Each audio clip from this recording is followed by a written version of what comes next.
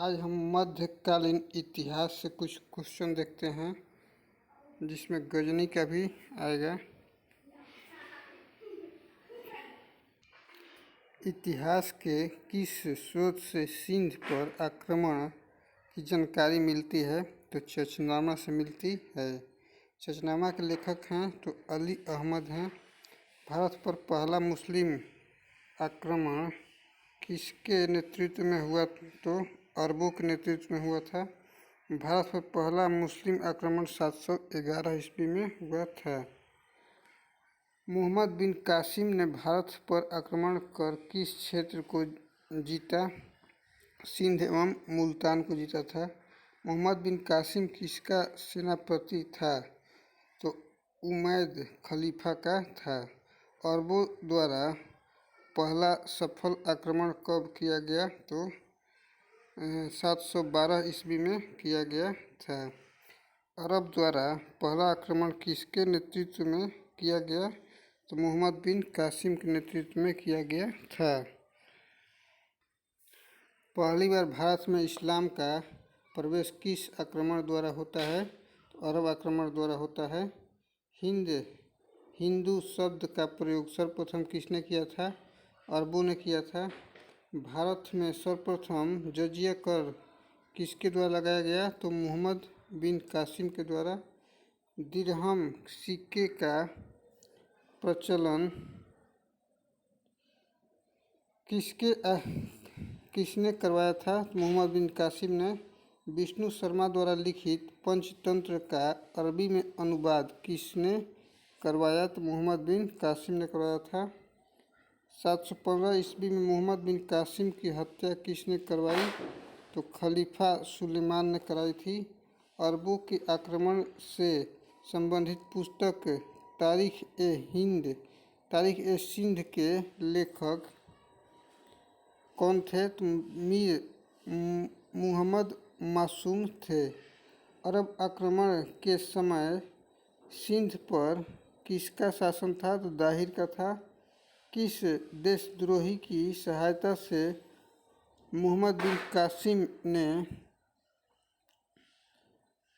राबोर के युद्ध में दाहिर को पराजित किया?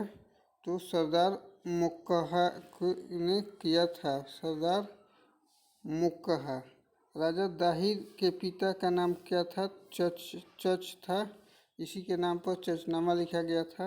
भारत पर अरब वासियों के आक्रमण का मुख्य उद्देश्य क्या था? तो धन दौलत लूटना था। इसके बाद देखते हैं अरब आक्रमण से संबंधित पुस्तक सिंध के सुरमा पुस्तक के लेखक थे जीसस सैयद थे।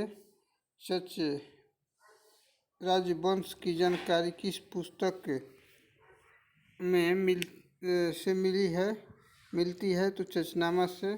भारत में जजिया नामक कर की वसूली सबसे पहले किसके द्वारा की गई? मोहम्मद बिन कासिम द्वारा सिंध प्रांत के देवाल में की गई थी। अब देखते हैं मोहम्मद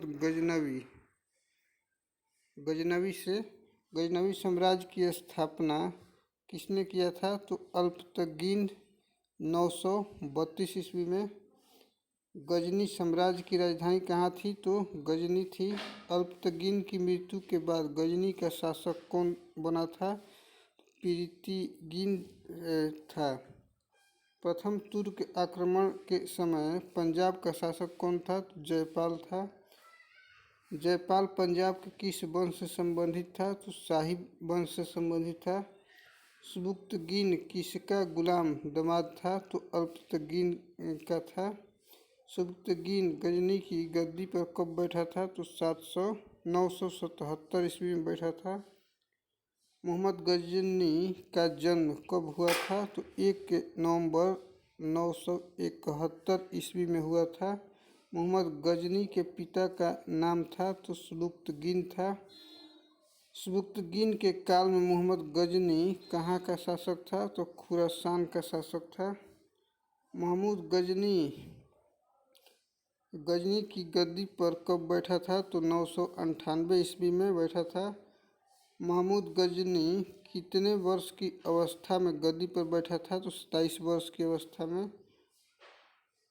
अल आदिल बिल्लाह ने महमूद गजनी को कौन सी उपाधि दी? यमीन उद दौला की उपाधि दी थी तथा यमीन उल मिल्लाह भी कहते हैं। मोहम्मद गजनी भारत पर कितनी बार आक्रमण किया? 17 बार। मोहम्मद के भारतीय आक्रमण का वास्तविक उद्देश्य क्या था? तो धन की प्राप्ति। मोहम्मद गजनी ने भारत पर प्रथम आक्रमण कब किया? तो 1000 ईस्वी में। मोहम्मद गजनी द्वारा दूसरा आक्रमण किसके विरुद्ध था? तो जयपाल के विरुद्ध था। मोहम्मद गजनी का मूर्तिवाद के विरुद्ध पहली जीत कब बताई जाती है? तो 1008 ईस्वी में बताई जाती है। मोहम्मद गजनी द्वारा नगरकोट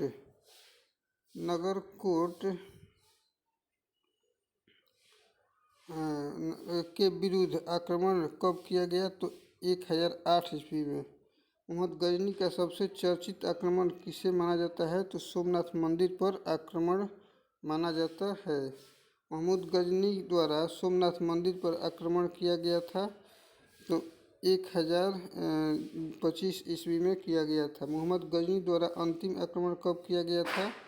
1027 ईस्वी में। मोहम्मद गजनी का अंतिम आक्रमण किसके विरुद्ध था? तो जाटों के विरुद्ध था। अब देखते हैं मोहम्मद गजनी की मृत्यु कब हुई थी? तो 1030 ईस्वी में हुई थी। सुल्तान की उपाधि धारण करने वाला प्रथम तुर्क कौन था? तो मोहम्मद गजनी था। मोहम्मद गजनी द्वारा भारत में गठित एक सेना के सरदार का नाम क्या था? तिलक था। संस्कृत मुद्रा लेख के साथ चांदी के सिक्के किसने जारी किया? मोहम्मद गजनी। महमूद का दरबारी इतिहासकार कौन था? तो उत्वी था। महमूद गजनी के साथ भारत आने वाला इतिहासकार कौन था? तो अलबर्नी था, जो कि बार बार एग्जाम में पूछता है। अलबर्नी फिरदौसी तथा उत्वी किसके दरबार में थे? महमूद गजनी के थे।